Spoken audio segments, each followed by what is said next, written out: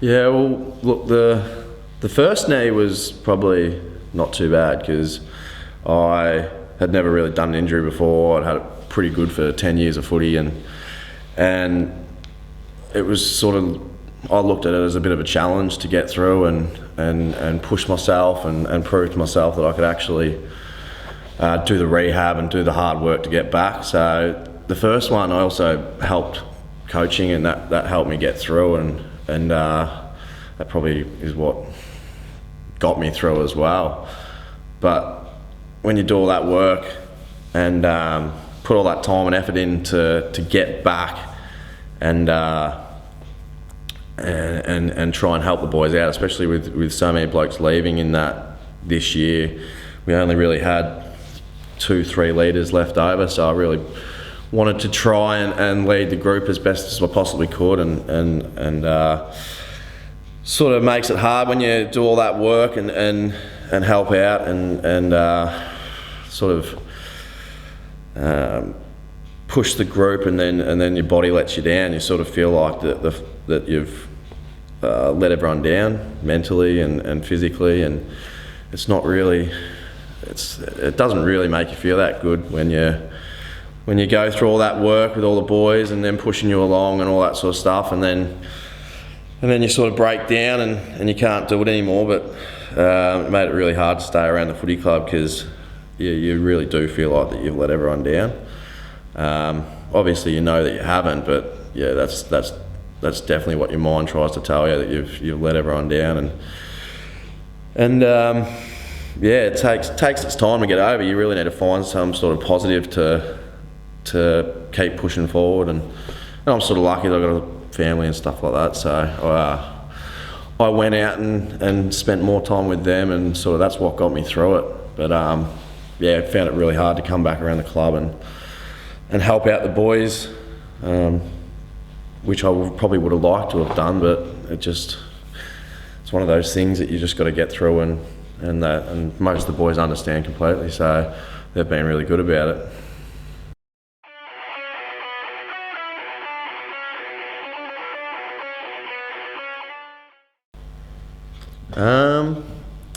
Probably decision to leave is because I need a fresh start.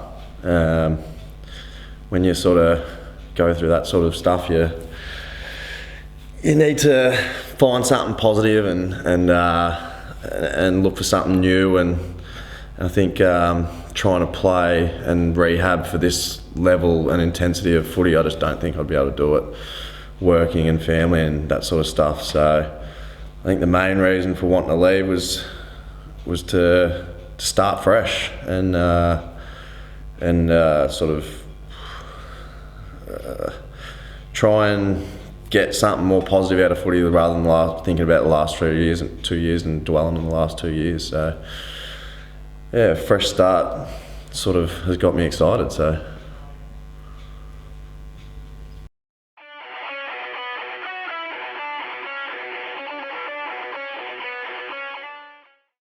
Yeah, I went back to Seaford to sort of play with my brother and be closer to home in 2012. And Goose was in my ear for a bit of that year about coming back down the next year, but I didn't really know exactly what I wanted to do, but I knew I wanted to try and keep playing at the higher level. So yeah, once that season was over, I sort of decided, yeah, I'll go down and play at Frankston and give it another crack and play with my brother, and was hoping that Brayden would come down, but he didn't come down that year. He wanted to have another year at Seaford. So yeah, came down and had a year with Jarrod in 13, and that was the last year I actually played footy. But it was one of the better years I'd had in a while anyway. Individually and as a team, we really bonded together pretty well and started developing some good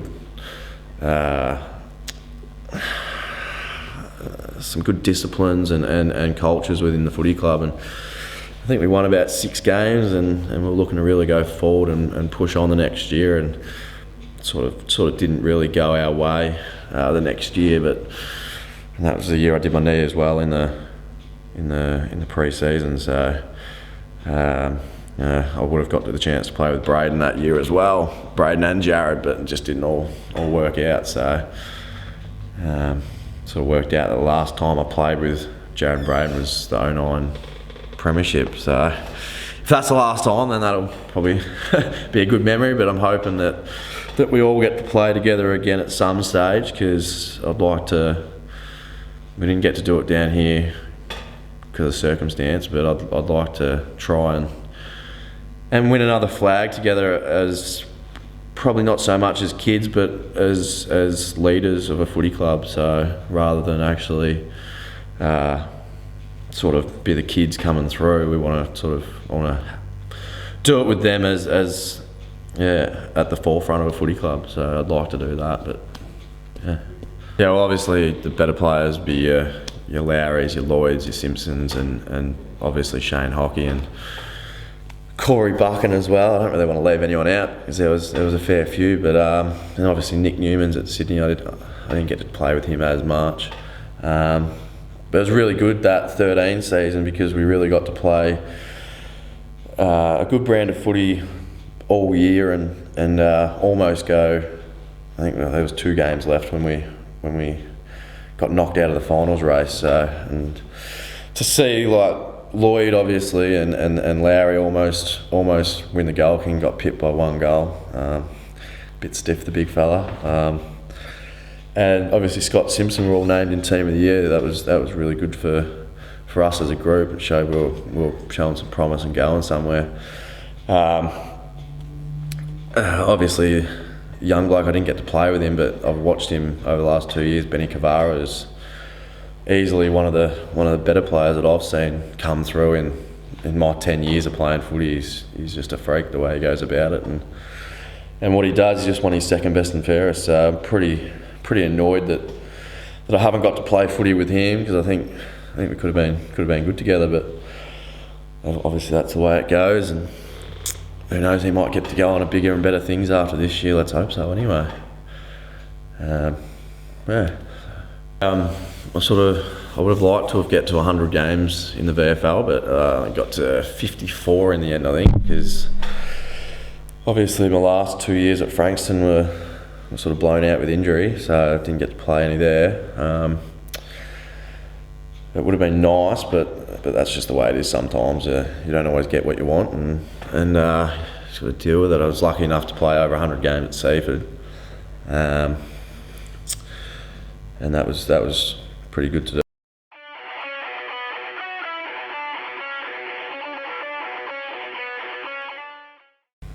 Well, I was a Frankston Rovers boy first, and then sort of got to under 15s, and they didn't have a senior club, so I sort of went looking a little bit, and Seaford sort of stood out to me the most as sort of somewhere where I want to play, and I already had some mates down there, or mates as in blokes I used to play against and stuff like that, and it sort of ended up working out pretty well, because the first session I went down there, I think there's about 5 to 10 blokes came up and welcomed me in, and out of those 5 to 10 blokes, I probably actually played in a premiership with probably 4 or 5 of them. So it sort of worked out pretty well. Probably could have gone to any number of Frankston clubs, but I'm pretty happy with where I went and who I chose, because they were pretty good to me. And well, sort of went to Seaford and went to seniors straight after under 16s, and was lucky enough to go straight into senior footy and play with some pretty good players, local players, who I really rated very highly at the time, and obviously taught me a hell of a lot about how to play footy and how to go about it as well. And sort of we actually played in a grand final in my first year of senior footy, and that was sort of probably the catalyst of us wanting to sort of strive to be better than we were at that stage. So we wanted to go to the top division, which was Peninsula division. We all wanted to strive to win premiership in that division, and probably took the pain of a prelim in 2006 to actually put us on the road to actually winning it, realising what we needed to do. We just got beaten with a 50-metre penalty after the siren to Mount Eliza back then, and yeah, we sort of went from there, and we actually recruited some really good players. One of them was Chris Fortnum, and he probably took the club to that next level from being a contender to probably being probably a bit of a powerhouse at one stage during those 3 years, and probably had a lot to do with him and the way he went about training and setting the standards and benchmarks and the intensity levels that were required to actually stay above the pack for a long amount of time. So I was lucky enough to be a part of 3 premierships in 07, 8 and 9, which was a little bit different because we actually played under 3 different coaches during that time as well. So that was pretty different, but all those coaches were part of our team and playing coaches, and they were all great role models for the footy club. So some of the better players I played with at the time were probably Michael Kraska, who was probably one of the better forwards I've ever played footy with, and our captain who probably only captained one of those premierships, but he was always probably looked at as our captain. That was Scotty Kemble, and those were guys I probably looked up to coming through.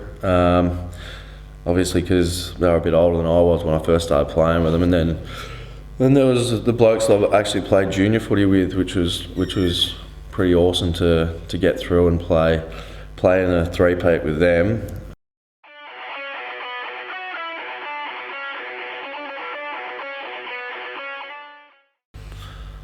Yeah, well, sort of getting to Sandy they sort of called me. I'd had a pretty good year in 2009 individually and as a team, and I sort of made the decision probably halfway through the year that I was going to go and try and play at a higher level and sort of test myself and see if I was able to do it. And Sandy were probably the team that really came calling, and I had some really good chats with Andy Lovell, who was coach at the time, and his idea of footy and the way to go about it really resonated with sort of the way I like to go about footy and the way I like to play the game. So it was probably more him more than anything else that got me to go there. That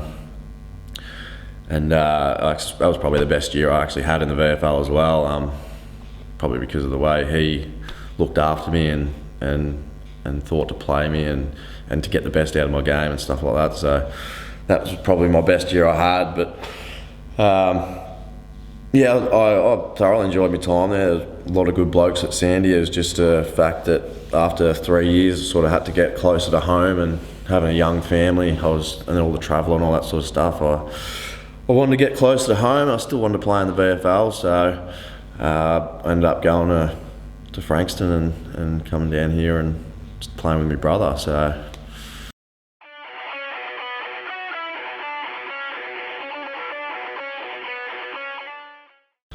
Yeah, well, I think we kick off at Pearsdale in mid-November for pre-season, so I'm probably more anxious about that than I ever have been in my whole footy career, to tell you the truth. So it's a bit different going out there to play than going out there to try and teach and lead blokes and improve blokes, and you get a bit worried that blokes might not listen to you, but you just got to back yourself and believe in what you've learned over the years and what you believe in to be the right way to go about footy, and yeah, I'm hoping that we can build the club up from where they're at. They finished third last year, so I want to do it by developing the footy club with what they've already got, and then sort of if we can get some recruits to help improve that, then that's good. But I believe in development and improving players on where they were at the year before. That's one of the reasons I wanted to go into coaching, because I like to see that improvement in people and watch them get better, and it's a good feeling that you get out of it to actually help them.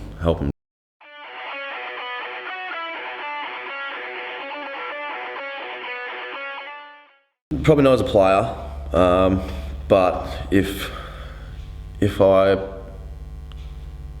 really can get a good grasp of this coaching and get a good desire to keep wanting to make others better and improve lists and develop individuals, definitely I think that's something that I'd love to do. I've always had a desire to want to develop people and try and make them better and use the skills that you've learned over the years to improve them. So yeah, definitely if that came about, obviously I'm only starting out, so I'm not looking too far ahead at the moment. I'm just looking at November and getting through that first training session, obviously. But yeah, if all goes well, you never say never to anything. Just like I never say never to not playing to playing again. I'd still love to play again as well. So that's not. I haven't sort of retired as yet and put a line through it at the moment. I'm not going to play anytime soon, but you don't know. You never say never to anything. So who knows?